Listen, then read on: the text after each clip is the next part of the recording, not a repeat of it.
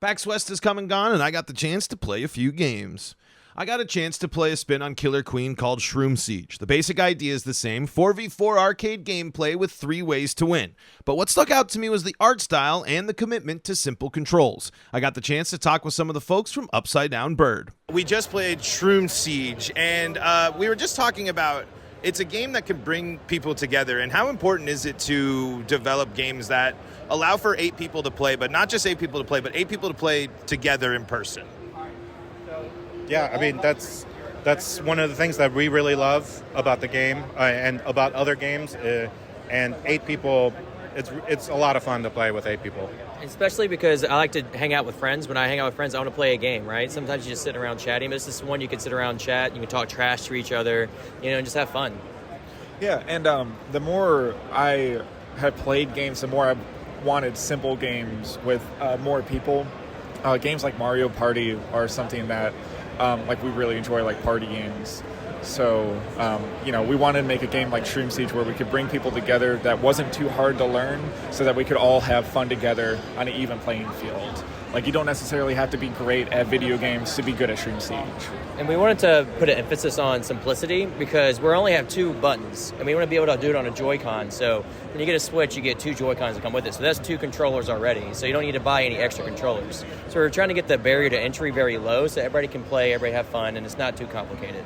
And that barrier to entry, too, starts with a tutorial. I mean, we started with probably not even 5-minute tutorial and got in there.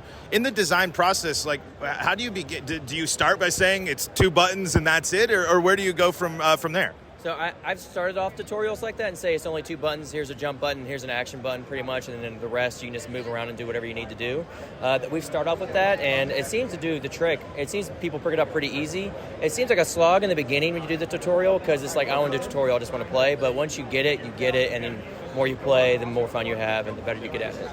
In the design process, it was very important for us to we like to create artificial restrictions, and that was one of our artificial restrictions was how do we make a game with the least amount of buttons? So even when we come up with new things in the game, we always try to figure out, okay, how can we do this without adding another button? Just keeping it simple. And simple's, I think, what people want. A lot of people, like, especially when you're doing something like PAX, it's probably a lot easier to have people just come up and explain what you're doing versus, some of these games that kind of talk to you about the narrative and things like that. Yeah. And for us, it's all about making really simplistic mechanics that people can understand really quickly, and they then become complex when they interact with each other. Tell me a little bit about the art style. It's really, really cool. I heard there might be a watercolor, rice paper inspirations. Tell me about the art here.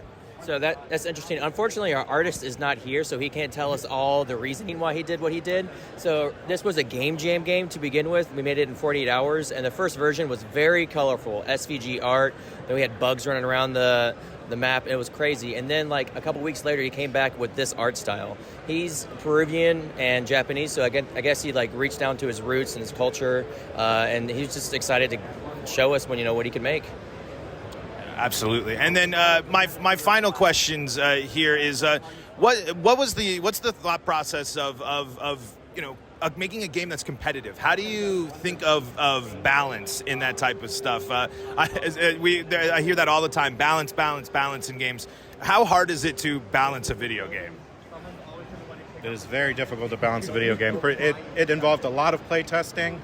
Our game also has online multiplayer, and so that was very important with our play testing. We play it every single week. We meet up together and we try all the newest changes we have, so we don't have to get together in person. And our netcode is rollback netcode with dedicated servers, so we're trying to make online play feel just like local, and that was very important with tuning all the individual items or all the individual things you can do in the game.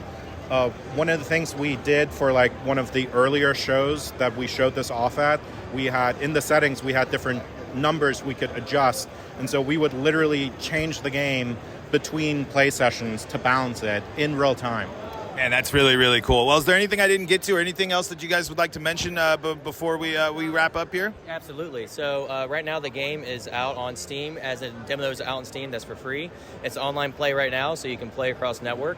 It's going to be coming out next year, 1.0 release on all platforms, Switch, Xbox, PlayStation. It'll be cross-play, so you'll be able to play back and forth between whoever you want on your desired console. Also, there'll be a WebGL version that's already out now on itch, so you can just, if a friend does not have a console or a gaming PC, then just get on itch and play on the web. So many great games are coming out really soon. What are you looking forward to playing? You can check out my other previews on my YouTube channel and my interview with Kinda Funny's Greg Miller.